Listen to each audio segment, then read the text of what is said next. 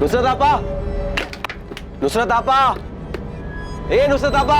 ए असलम, सारी तमीज तहजीब घर भूल कर आया है क्या? ना दुआ ना सलाम। सासू में तेरी बहन की। तो आपके शाहिद ने जो हरकत की उसके बाद भी आप क्या करने गई? और ना कभी जाएगी। तू कर क्या रहा है यहाँ? आपा को घर ले जाने आया हूँ। कोशिश करके तो देख। असलम तुम यहाँ? चले आपा, तेरा शौहर अभी घर नहीं आने वाला है। चल अपना सामान बांध और घर चल मेरे साथ। मैं कह रहा हूँ ना, चल। नुसरत अंदर जा। ए आपा। असलम, एक बात कान खोल के सुन ले, ये घर नुसरत का है और वो यहाँ से कहीं नहीं जाएगी। और दोबारा मेरे घर के दरवाजे पे आकर इस तरह चिल्लाया ना तो समझ लेना, ये सरोटा सिर्फ सुपारी नहीं, जबान भी काट सकता है।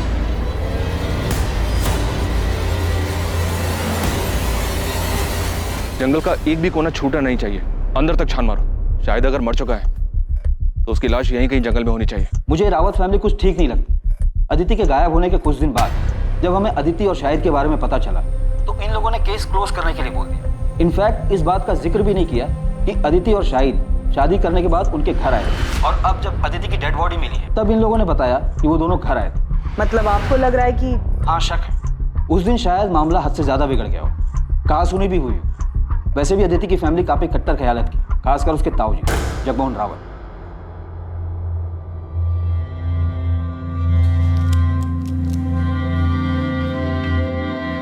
मैं जरा बाहर से हो क्या कुछ काम है। तुम सुभाष को देखते रहे, अब भी दिल पर बोझ लेकर बैठे।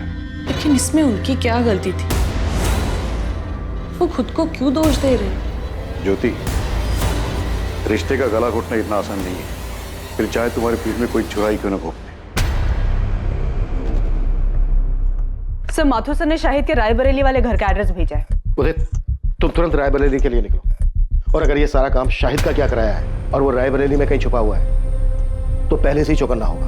और अगर उसे तनिक भी भनक लग गई तुम्हारे रायबरेली जाने के बारे में तो वहां से निकल सकता है और हम ये चांस बिल्कुल नहीं ले सकते। तो बी केयरफुल। मैं लोकल पुलिस से बात करूँ।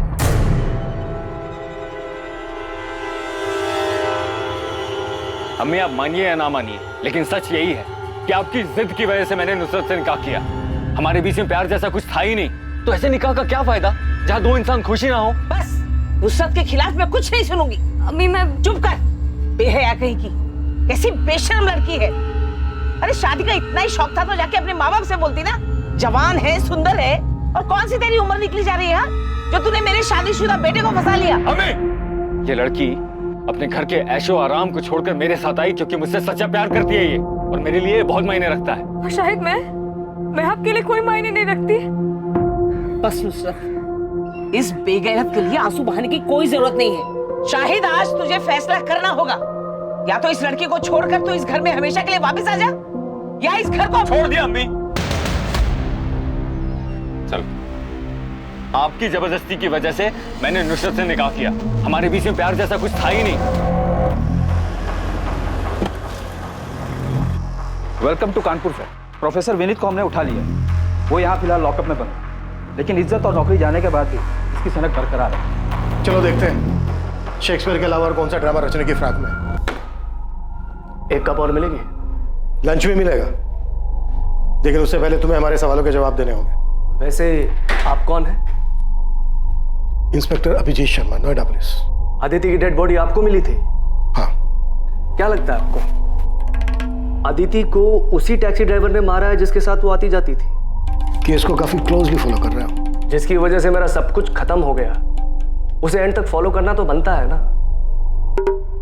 वैसे पता है, अब सोचता हूं ना तो महसूस कर पाता हूं कैसा लगा होगा ओथेलो को सब कुछ खोने के बाद।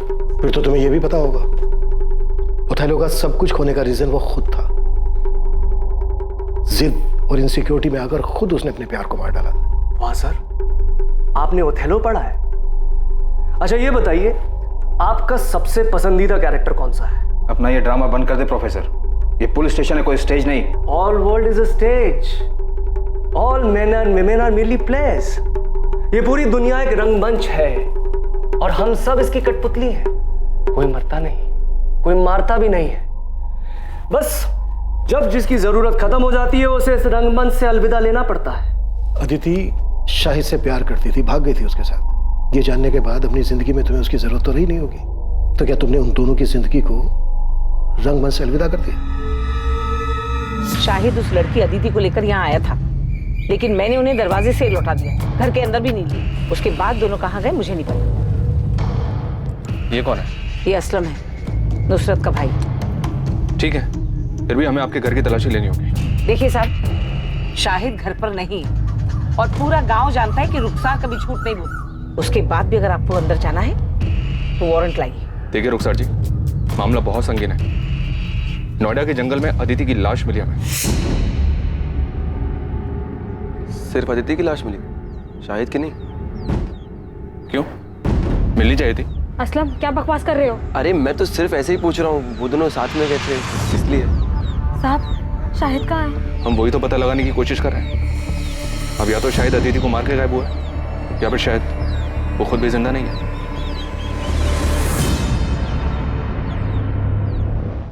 अदिति की शादी की बात सुनकर धमकी दी थी तुमने उसे कि वो सिर्फ तुम्हारी है, लेकिन फिर जब तुम्हें पता चला कि अदिति पहले से ही एक मामूली से टैक्सी ड्राइवर शाहिद से शादी कर चुकी है, तो बहुत गुस्सा आया होगा तुम्हें, बहुत चोट पहुंची हो, क्योंकि एक मामूली सा टैक्सी ड्राइवर तुम्हारी जगह जो ले चुका था।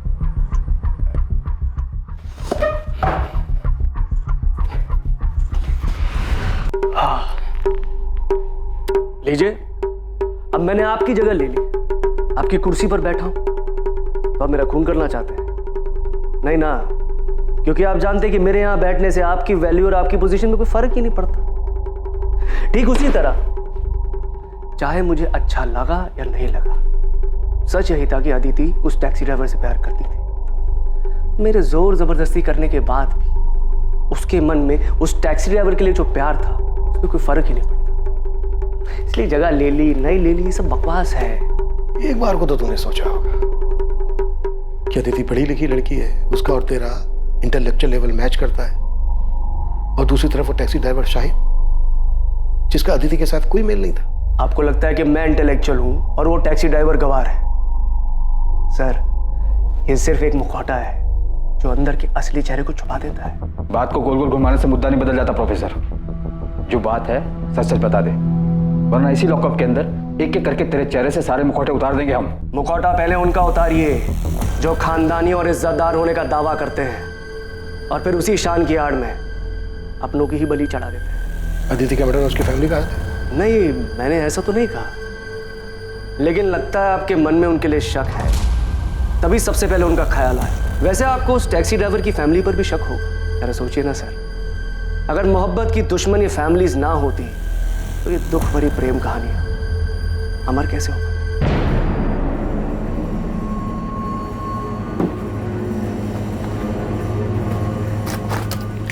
सुनिए, खाना लग गया है। हाँ, इतने पैसे? वो ऑफिस में एक एम्प्लॉय की माँ हॉस्पिटल में एडमिट है, उसकी मदद के लिए।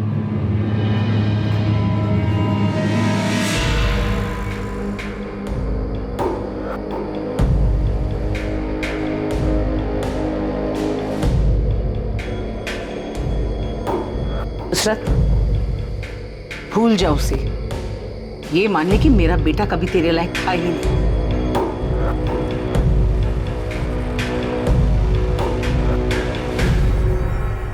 साहब, मेरा भाई असलम दिल का बहुत अच्छा है, उसने कभी किसी का बुरा नहीं चाहा, लेकिन शाहिद की दूसरी निकाह की बात सुनकर वो बहुत गुस्सा हुआ था। शायद इतने गुस्से में मैंने उसे पहले कभी नहीं देखा। आपा, मैं बता दे रहा हूँ, मैं उसे नहीं छोड़ूंगा। तूने मुझे फोन क्यों नहीं किया जब वो यहाँ आया था? और वो कहाँ गया, कुछ बोल के गया है?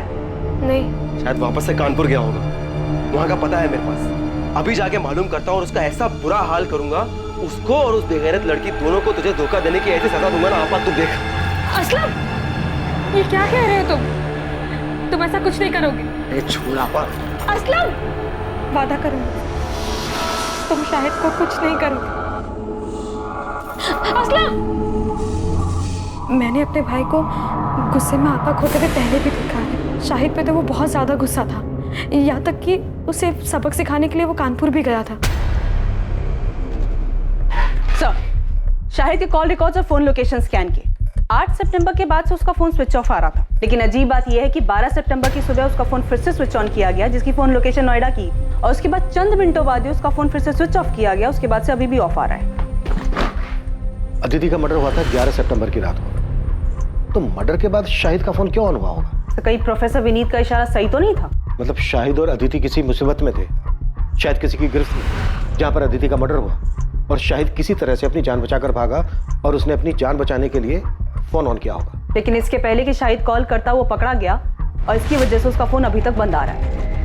ये काम अदिति के ताऊ जगमोहन या फिर शाहिद के साले असलम का हो सकता है। एक बात समझ में नहीं आ रही है, अदिति और शाहिद कहीं भी जा सकते थे, लेकिन ये नोएडा ही क्यों है? क्या नोएडा में इनका कोई है? तो अदिति का तो पॉसिबल नहीं है, पर शायद शाहिद का कोई दोस्त या रिश्तेदार यहाँ नोएडा में रहता हो, जिसकी मदद से वो दोनों यहाँ पे आए। शाहिद के कॉल रिकॉर्ड से एक बार फिर से स्कैन करो।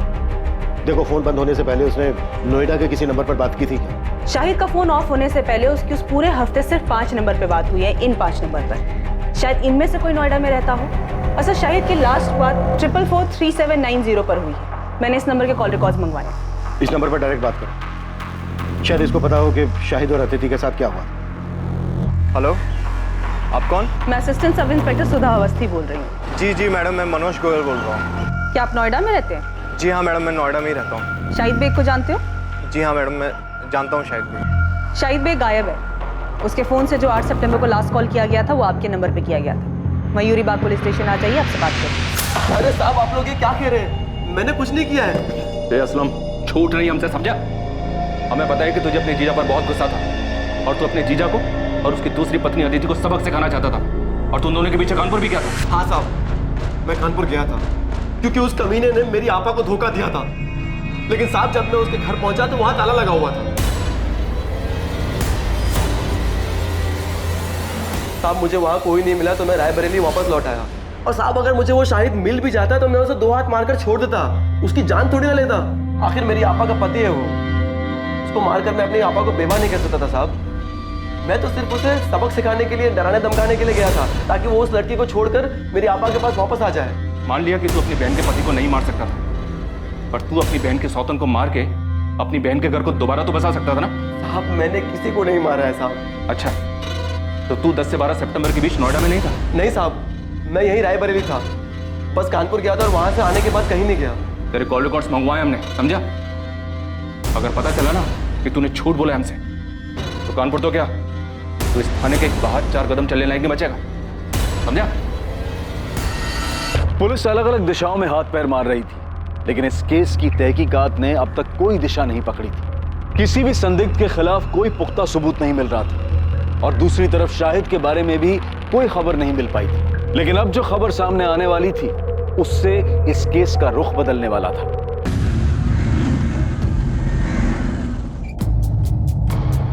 सर, मैं भी रायबरेली से ही हूँ। नोएडा में पिछले 8 सालों से रह रहा हूँ। शाहिद मेरे बचपन का दोस्त है। क्या तुम ये भी जानते हो कि शाहिद एक लड़की के साथ भाग कर यहाँ नोएडा आया था? जी सर, जानता था, और ये भी जानता हूँ कि उस लड़की का नाम अदिति है। 12 सितंबर को हमें अदिति की डेड बॉडी। क्या डेड बॉडी? शाहिद का डर सही नहीं। शाहिद अदिति के साथ ऐसा नहीं कर सकता।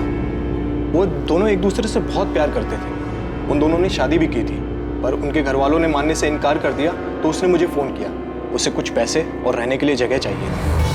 देख, अभी मेरे पास ना सिर्फ 5000 रुपये हैं। मैं तेरे अकाउंट में ट्रांसफ़र कर रहा हूँ। तुम दोनों टिकट कराओ और इधर नोएडा आ जाओ। बाकी इधर मिलकर सोचते हैं, ठीक है? देख, अगर तू कह रहा है ना कि अदिति के घर वाले कुछ भी कर सकते हैं, तो तेरा कानपुर छोड़ने का फैसला बिल्कुल सही है। मैं अदिति को कुछ नहीं होने दे सकता। मैं बस जल्दी से नोएडा की ट्रेन पकड़ के आ रहा हूँ। अब हमें कानपुर या रायबरेली में रहने में डर लग रहा है। सर, शाहिद मेरे पास यहाँ नोएडा आ गया था। तो 2 दिन शाहिद यहाँ नोएडा में तुम्हारे पास तुम्हारे घर पे रुका था? हाँ सर, मैंने इंतज़ाम किया था। वैसे मैं एक छोटा मोटा स्टेट एजेंट हूँ सर। सेक्टर 49 में एक फ्लैट मेरे पास खाली पड़ा था, उसकी चाबी मेरे पास ही थी। वो फ्लैट मुझे किराए पे चढ़ा, तो मैंने शाहिद और अदिति को वहाँ रहने दिया।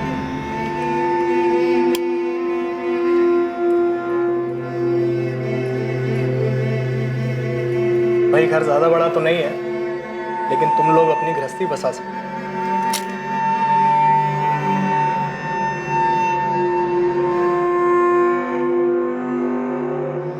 घर बड़ा नहीं, इंसान का दिल बड़ा होना चाहिए, जैसे कि आपका है। Thank you so much Manoj भैया। ये बात शायद 8 सितंबर की हो। वो दोनों बहुत खुश थे। मैं चाबी देके वहाँ से निकल गया और शाहिद ने मुझे बताया था कि वो अपना फ़ोन ऑफ रखेगा, तो मेरी इस बीच उससे कोई बात नहीं। 2 दिन बाद 10 तारीख को जब मुझे वक्त मिला तो मैं उनका हाल चाल लेने के लिए वहाँ पहुँचा।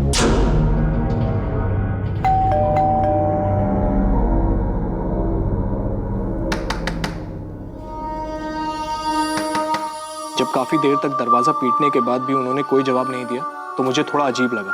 मेरे पास फ्लैट की डुप्लीकेट चाबी थी जिससे मैंने फाइनली दरवाज़ा खोला।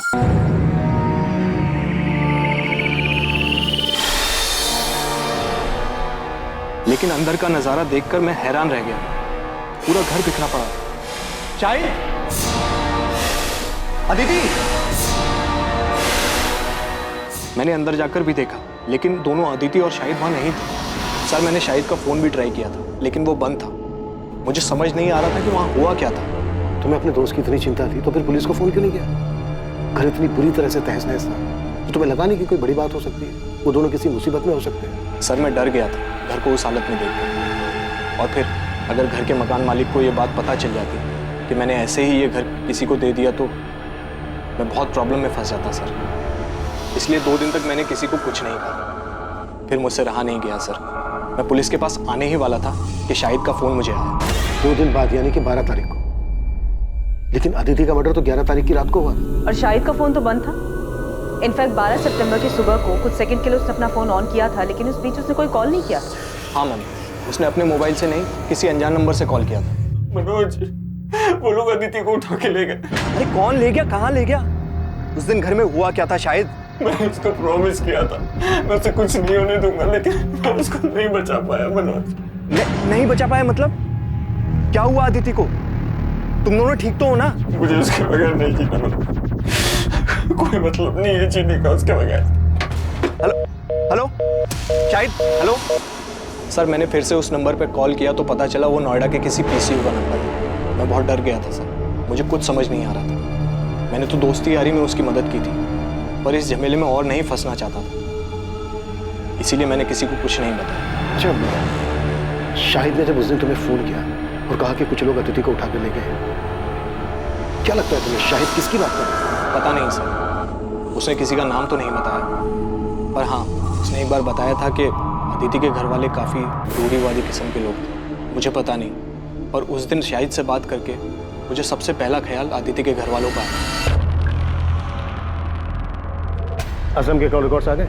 नहीं सर, अभी तक नहीं आए, पर हमारी नज़र 24 घंटे उस पर है। सर, मनोज को जिस पीछे से कॉल आया था वहाँ कोई सीसीटीवी नहीं है। दुकानदार को भी कॉलर का चेहरा याद नहीं है।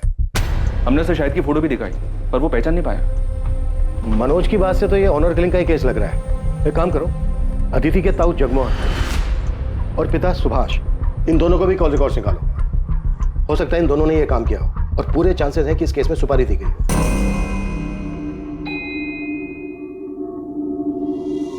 कहीं जा रही हो? हाँ, वो थोड़ा बाजार जा रही थी, सामान लाना था। अरे तो ड्राइवर को बोल देती, वो लेके आता। अरे नहीं, यही पास के बाजार ही जा रही हूँ, पैदल चली जाऊंगी। इसी बहाने थोड़ा चलना हो जाएगा। चलती हूँ।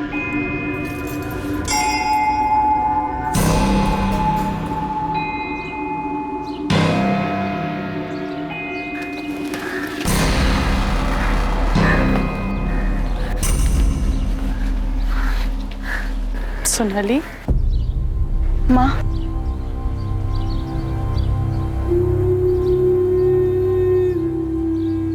सोनाली, तुझे ये जगह याद है?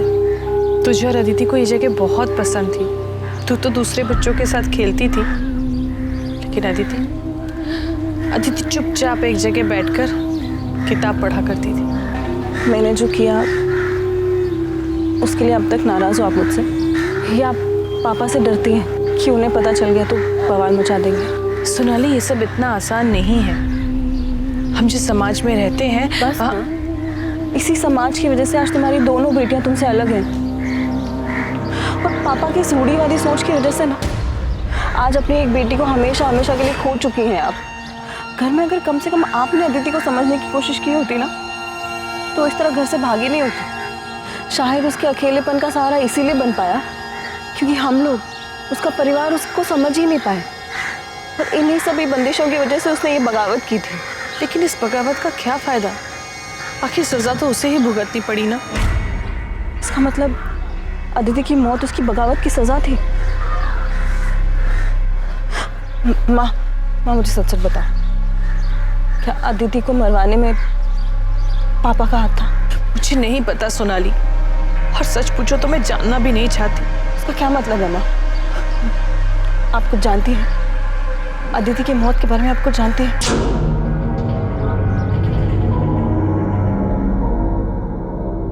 सुभाष, संभालो अपने आप को। अरे जिसने एक पल में बिना सोचे हम सबको पराया बना दिया, अपने नाम और परिवार की इज्जत के बारे में तक नहीं सोचा, उसके बारे में भूल जाना ही अच्छा है। भैया आप जिसकी बात कर रहे हो मेरी बेटी है। सुभाष, अदिति मेरी भी बेटी थी। मेरे लिए भी ये सब करना आसान नहीं है, लेकिन अपने परिवार और प्रतिष्ठा बनाए रखने के लिए हमने जो फैसला लिया है वो बिल्कुल सही है। जब से अदिति की लाश देखी तब से घूम फिर कर ये बात मेरे मन में आके अटक जाती है। फिर लगता है कि नहीं, वो ऐसा कुछ नहीं कर सकते, लेकिन उनकी बातें याद आ जाती हैं और फिर लगता है कि इन सब के पीछे इन्हीं का हाथ है।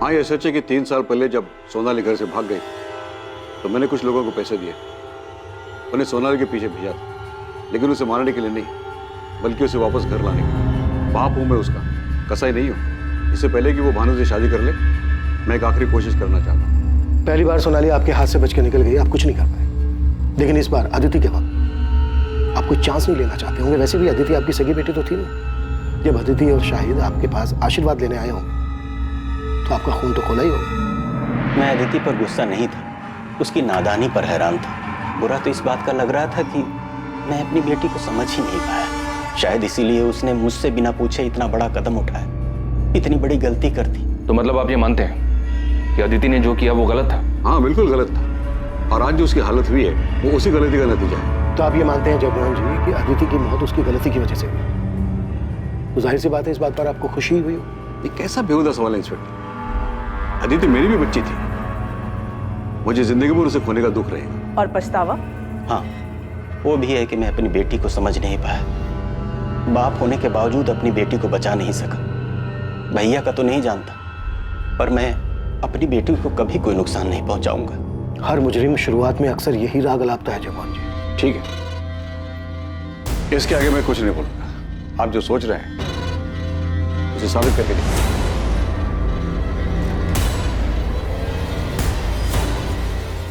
पॉसिबल है अदिति के ताऊ जगमोहन ने ही अदिति और शाहिद दोनों की सुपारी दी। बड़े लोग हैं सर, इतना तो पक्का है कि खुद के हाथ गंदे नहीं किए होंगे। जिसे सोनाली के वक्त गुंडे भेजे थे, शायद इस बार भी किसी को सुपारी दी हो। खबरी नेटवर्क को एक्टिव करते हैं, नोएडा और कानपुर, इन दोनों जगह के हिस्ट्री शीटर्स को स्कैन करने के लिए बोलते हैं। अगर इन दोनों में से किसी भी जगह से सुपारी निकली होगी तो पता चल जाए।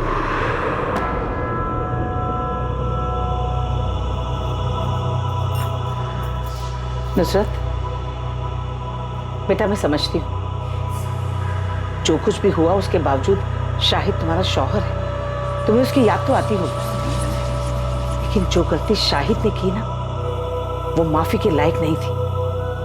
मैंने वही किया जो मुझे सही लगा। यही तो मुश्किल है ना अम्मी, आप सब ने वही किया जो आप सबको सही लगा। आपको सही लगा तो आपने शाहिद की मर्जी के बगैर उनका निकाह हमसे करवा दिया। शाहिद को सही लगा तो उन्होंने मुझे बिना बताए अपना जीवन साथी चुना। आपको सही लगा तो आपने उनको घर से निकाल दिया। असलम को सही लगा तो उन्होंने, इन सब में मैंने तो अपना सब कुछ खो दिया ना। ना आज मेरे पास शौहर है, ना आज मेरे पास औलाद है। अरे मुझे तो ये तक भी नहीं पता कि शायद जिंदा है या नहीं।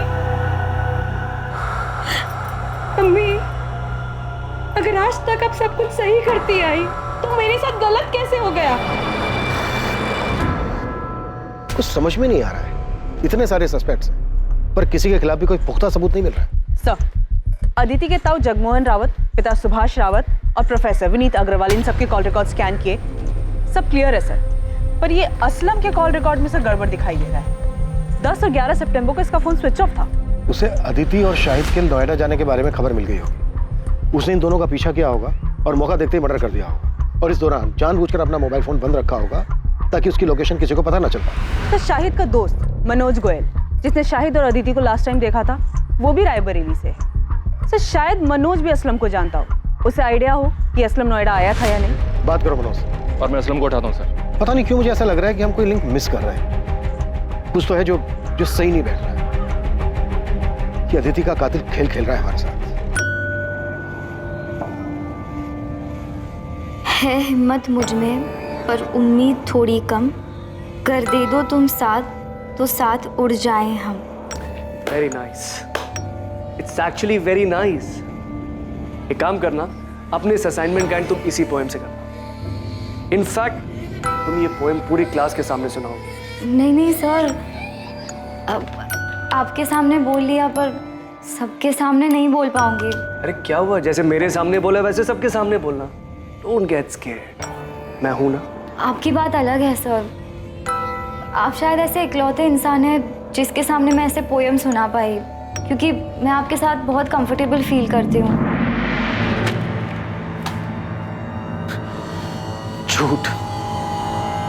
झूठ बोला था तुमने। मैं इकलौता नहीं था, कोई और भी था।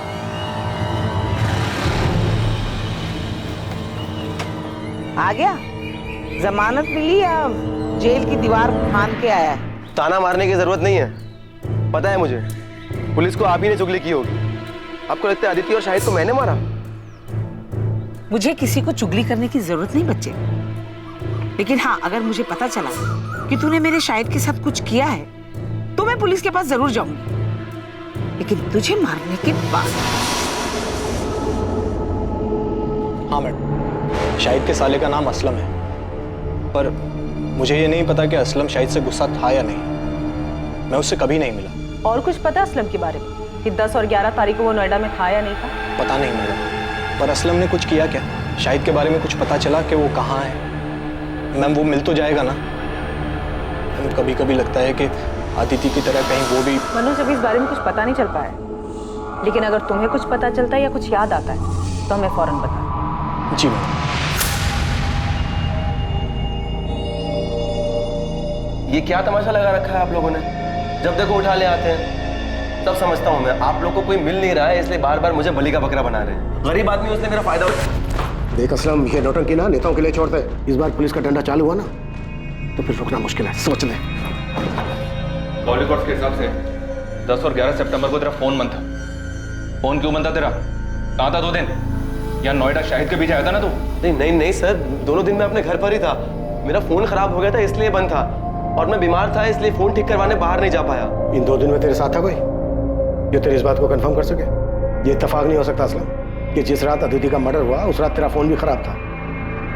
बल्कि सच ये है कि फोन तूने जानबूझ के बंद रखा था ताकि ये पता ना चल सके कि तू इधर नोएडा में बच गया तू असलम। बेहतर तेरे लिए यही है जो भी सच है वो गलत है, नहीं तो ऐसा बीमार करेंगे कि जिंदगी में कभी ठीक नहीं हो पाएगा। सोच ले। असलम को बुरी तरह से तोड़ा, लेकिन अभी वो वही रट लगाया हुआ है कि 10 और 11 सितंबर को रायबरेली में ही था। इस बात के कोई सबूत नहीं है और ना ही उसकी बहन को इसके बारे में कुछ पता है ठीक से। सर, अदिति के मर्डर में असलम के हाथ होने के पूरे चांस हैं, लेकिन असलम के खिलाफ अभी सारे सबूत सर्कमस्टेंशियल है। सबूत करने के लिए हमारे पास कुछ सॉलिड होना चाहिए। साहब, मैं देता हूँ ना सॉलिड खबर। कल शाम को मैं नोएडा हाईवे के ढाबे पे बैठा हुआ था। उस वक्त वो अपना हिस्ट्री सीटर है ना मोंटी, वो भी वहाँ पर आया हुआ था। अब क्या बताऊँ दोस्त, आजकल लोगों को जुर्म की कदर ही नहीं है। साला पूरे नोएडा में रेड गिर गया, इसलिए ना मैंने अब बाहर का काम उठाना शुरू कर दिया। अभी कानपुर का काम उठाया था। बड़ा काम था क्या मोंटी भाई? अबे जबरदस्त काम था, एकदम जासूस टाइप का। पेमेंट सुनेगा ना तो साला दब के ही मर जाएगा। एक हिंदू मुस्लिम जोड़े को ढूंढने का काम था। सालों ने भाग के शादी की थी। तो काम हो गया था? अबे मोंटी शैम्पू कोई काम ले और वो होना, ऐसा होएगा कभी? उठा लो मोंटी को। अब ये मोंटी बताएगा कि इसने कैसे किया, किसके कहने पर किया।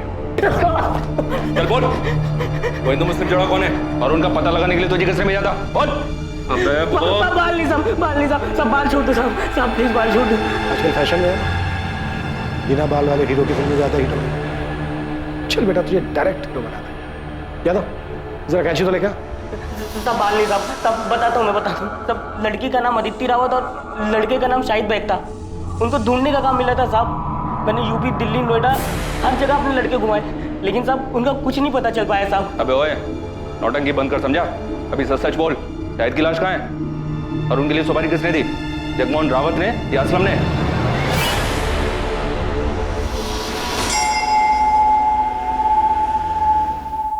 देखिए, बात को घुमाइए मत, सीधे सीधे बोलिए कि आपको लगता है मैंने अदिति को मारा है और आप मुझे गिरफ्तार करने आए। हम आपको नहीं, आपके भाई को गिरफ्तार करने आए।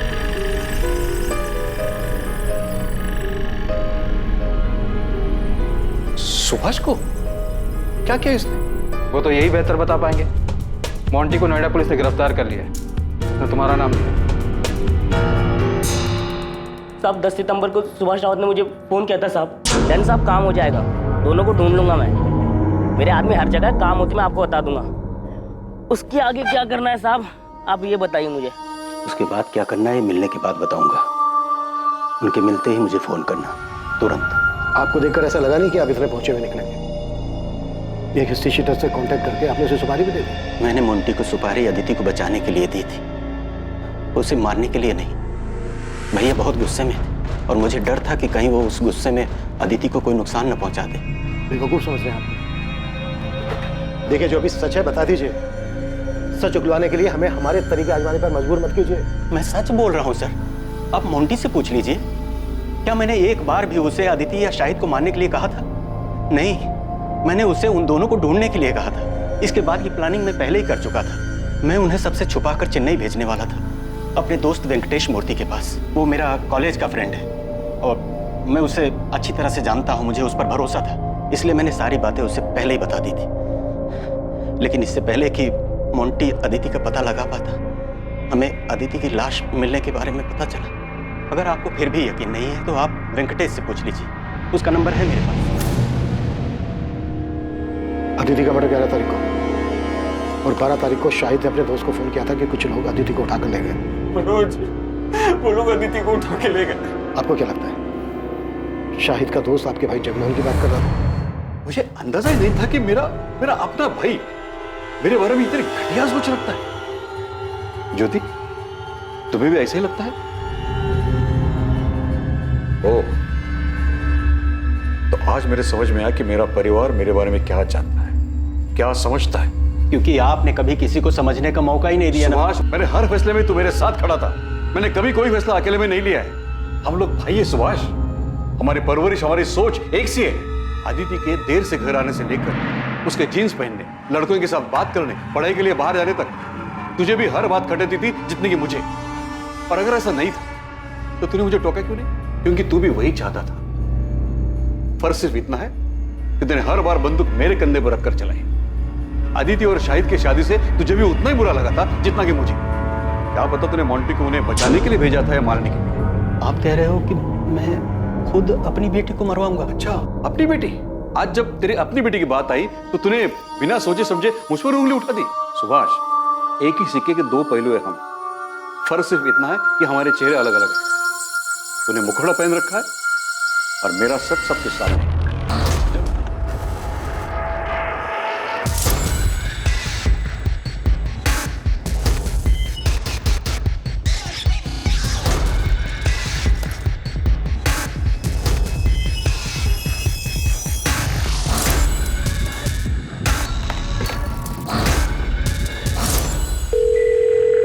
हेलो, एक टेम्पो का नंबर भेज रही हूँ, उसके ओनर की डिटेल चाहिए मुझे तुरंत।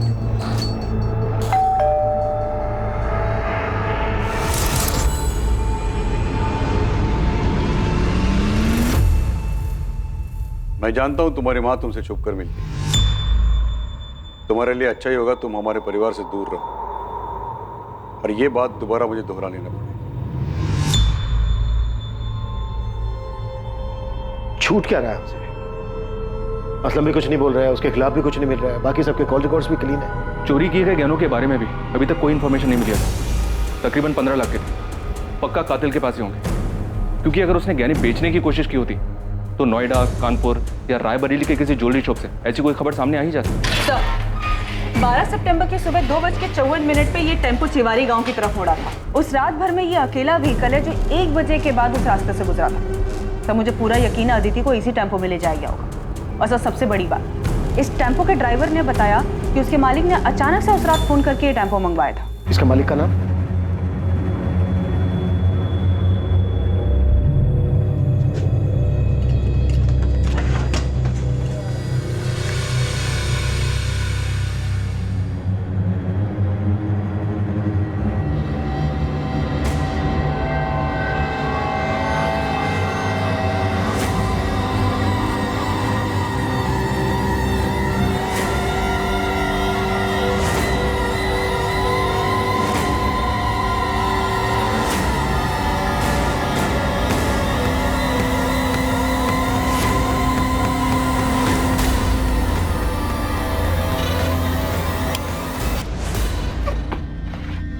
अरे अरे अरे अरे, दुल्हन क्यों बन रहा है? एक बार तेरी शक्ल तो देखने दे ठीक से।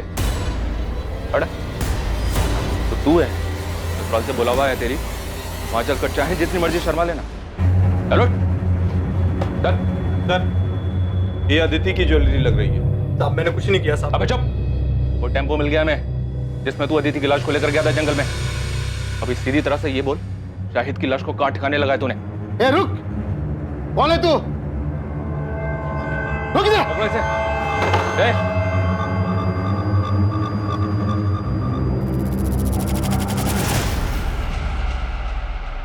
शाहिद बेग, ये जब से आया तब से इसने मुझे एक बार भी गहने छूने तक नहीं दिए। आज जब ये खाना लेने बाहर गया, मैंने सोचा 2-4 गहने निकाल ले। मेरे साथ गद्दारी कर रहा था। इतना गिरा हुआ इंसान है। बंद करिए नौटंकी। तो ये कैसी प्रेम कहानी है जिसमें लैला मर गई और मजनू अभी तक जिंदा है और उसके गहने दबाकर बैठा है? ऐसा मत कहिए सर, सच्चा प्यार कर रहे थे हम दोनों, निकाह भी किया था हमने, सबकी सहमति से नया घर बसाना चाहते थे, लेकिन ऐसा हुआ नहीं तो तुम अदिति को लेकर यहाँ नोएडा मनोज के घर ले आए। और सर हम इसके दिए हुए घर में खुश थे।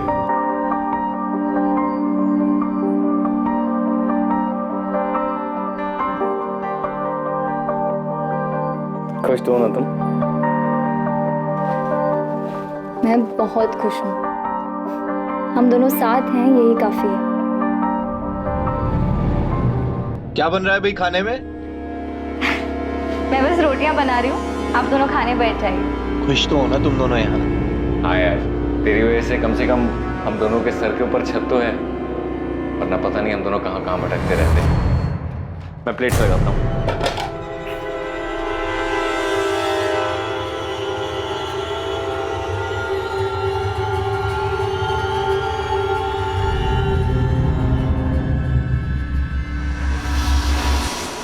शाहिद ने मुझे कई महीने पहले अदिति की फोटो भेजी थी, मुझे वो तभी से अच्छी लगने लगी थी। और जब मैंने अदिति को सामने से देखा तो मेरा दिमाग घूम गया। मुझे हर जगह हर वक्त वो ही दिखाई देती थी। बस एक बार उसे पूरी तरह से पाना चाहता था। उसे सामने से देखकर बहुत बेचैन हो गया था मैं।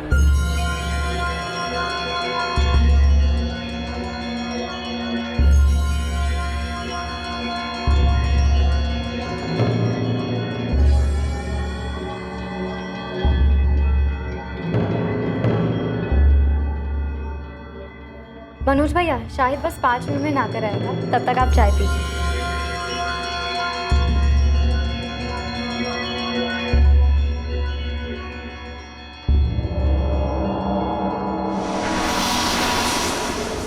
साहब इस कमीने के मन में क्या चल रहा था मुझे जरा भी अंदाजा नहीं। आगे? मैं अदिति से अकेले में मिलना चाहता था, उसे एक बार छूना चाहता था। इसीलिए मैंने एक नौकरी के इंटरव्यू के बहाने इसे घर से दूर भेज दिया और खुद अदिति के पास चला गया।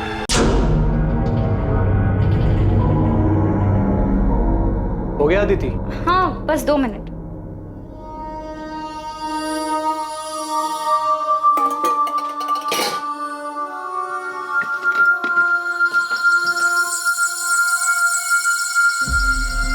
भैया आप वहाँ जाकर बैठिए ना, मैं चाय लाती हूँ। भैया क्यों बोल रही हो यार? नहीं मैं तुम्हारा भैया हूँ, ना तुम मेरी भाभी। बात तो शाहिद भी नहीं है। ये क्या कर रहे हैं आप? वही जो शाहिद करता है। दूर रहिए। नहीं होगा। देखिए, आप मुझसे दूर रहिए वरना ठीक नहीं होगा।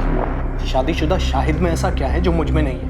मुझे क्यों मना कर रही है? तो पागल तो नहीं हो गए? अब जाइए यहाँ से।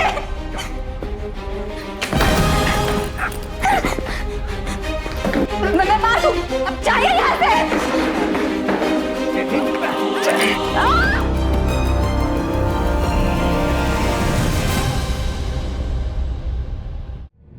साहब तब तक भी मुझे नहीं मालूम था कि इसके दिमाग में क्या चल रहा है, लेकिन उस दिन जब मैं घर वापस आया तब मुझे पता चला कि कितना बड़ा कमीना है ये।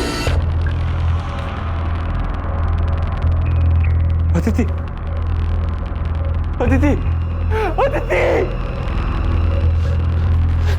ये क्या किया तूने?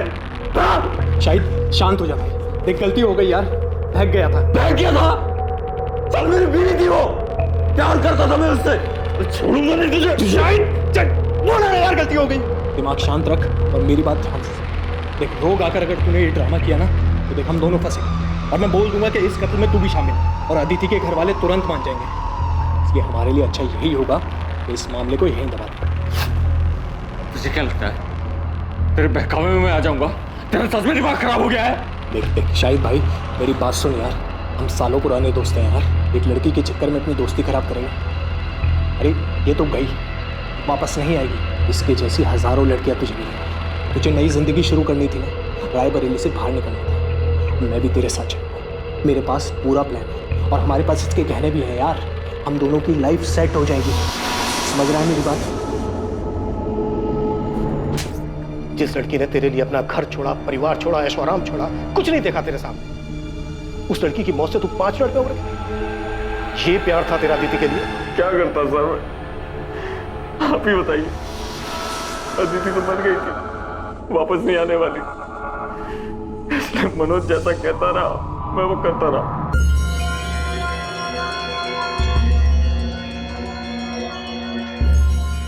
शायद देख, इस काम को हमें बहुत संभाल कर और आराम से करना होगा, समझा? इसकी लाश को ना इसमें डालकर ले जाएंगे, लेकिन अभी नहीं, देर रात को। मैं टेम्पो का जुगाड़ करता हूँ। मेरी दुकान में एक आदमी काम करता है जिसके पास पुराना टेम्पो है। अदिति की लाश को ठिकाने लगाने के बाद तू अपना फ़ोन ऑफ कर देना और फिर 2 दिन बाद अपना फ़ोन ऑन करना, सिर्फ कुछ सेकंड के लिए। जब पुलिस को अदिति की लाश मिलेगी ना तो वो मुझसे पूछताछ करने आएगी, तो मैं उन्हें बताऊंगा कि तुम दोनों के पीछे कुछ लोग पड़े थे जिन्हें अदिति के परिवार वालों ने भेजा था। अदिति को उन्होंने मार दिया और तू अपनी जान बचाकर भागा। फिर तूने अपना फ़ोन ऑफ कर दिया, तुमने फ़ोन ऑन किया, फिर तुम भी पकड़े गए और तुम्हारा फ़ोन फिर तुरंत बंद हो गया। इसमें पुलिस को यही लगेगा कि या तो तूने खुदकुशी की है या तेरे परिवार वालों ने तुझे मारा है। और जब तक ये मामला शांत नहीं हो जाता, मेरे पास एक और ठिकाना है, तू वहाँ छुप जा और सबसे पहले तेरा हुलिया बदलना पड़ेगा ताकि कोई तुझे पहचाने ना।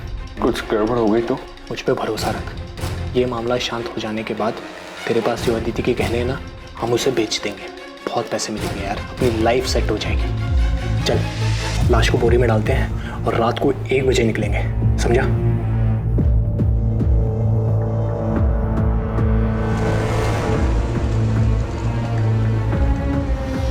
और फिर अदिति की लाश को हम जंगल में फेंककर घर वापस आ गए। साले तो अदिति से प्यार करता था, 5 मिनट में उसके कातिल के प्लान में शामिल हो गया ताकि तू अदिति के पैसों से एक सुकून भरी जिंदगी शुरू कर सके। मैं इसके बहकावे में आ गया था, मैं सच कह रहा हूँ, उसकी मौत का मुझे अभी भी बहुत अफसोस है। मैंने अपनी पूरी जिंदगी में तेरे जैसा स्वार्थी आदमी नहीं देखा। क्या नहीं था तेरे पास? हाँ? क्या नहीं था तेरे पास? एक समझदार बीवी थी, बेहद प्यार करने वाली अदिति थी, लेकिन सच ये है कि तू इनमें से किसी के लायक नहीं था।